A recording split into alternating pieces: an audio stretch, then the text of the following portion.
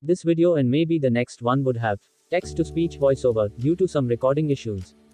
Also comment if I should continue with dark mode or light mode. For custom mode, email at YouTube to bring it for us. Anyway, let's get back to our first question on this channel, which is from Rotational Mechanics. Two identical wheels each of radius r are harnessed by connecting their axles with a rigid rod, and pivotally connecting midpoints of two parallel spokes with a bar. A box is placed on the bar and the assembly is made to move on a horizontal track, with a gradually increasing speed maintaining rolling without slipping.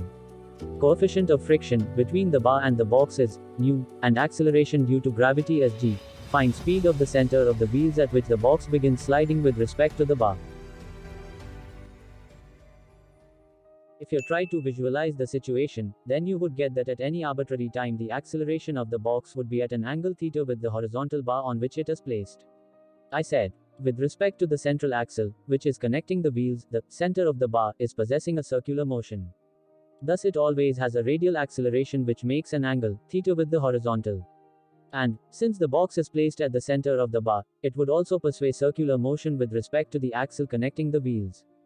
But since the box is not fixed, it has freedom to move, with friction as the only force which opposes its horizontal component of motion.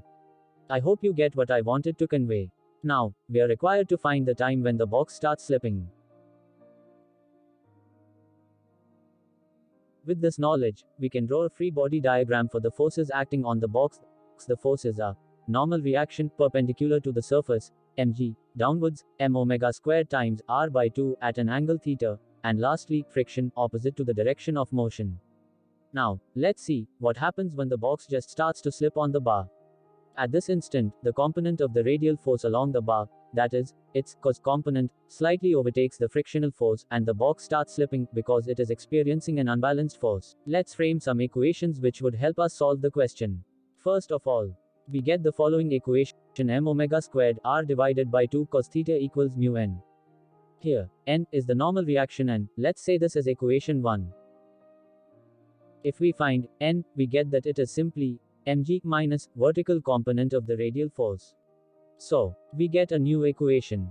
N equals mg minus m omega squared r divided by 2 sine theta. Let's substitute n in equation 1. And this is the equation we get. Let's try to simplify this equation. Solving this is all about algebra, and here you get this equation simplified. Omega is angular velocity of the box and it is same as the angular velocity of wheels. And since there is pure rolling, so omega equals v divided by r. Let's replace omega. Now, we get the equation in terms of v, and this equation looks more beautiful if we cancel out r. From this equation, we get v squared equals 2 mu gr divided by cos theta plus mu sine theta. Now, we need the minimum velocity when the box starts slipping. You must figure out that we would get minimum velocity when cos theta plus mu sine theta approaches maximum value. To get the maximum value of cos theta plus mu sine theta, we differentiate it with respect to theta, and then equate it with 0. Differentiating this gives minus sine theta plus mu cos theta equals 0. Or, mu equals tan theta. Now, let's use our knowledge of trigonometry to visualize the next step. We have mu equals tan theta. This suggests that we can draw a right angled triangle in which tangent of one of the acute angles would be mu. We can see that the hypotenuse of the triangle would be square root of 1 plus mu squared.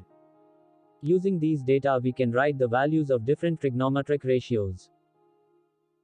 The question is getting messy. Looks like we have gathered lots of data. Isn't it? Wait, what are these values? These are the values of different trigonometric ratios at the moment when the box starts slipping.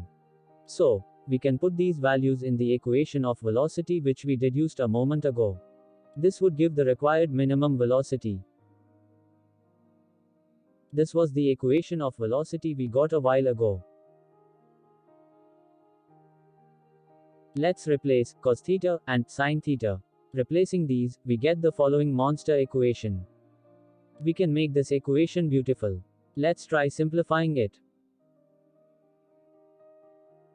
Now, this looks better and it is equivalent to We have got more beautiful equation, and yes, this is the solution. When velocity of wheels approaches square root of 2 mu gr divided by square root of 1 plus mu squared, then the box starts slipping.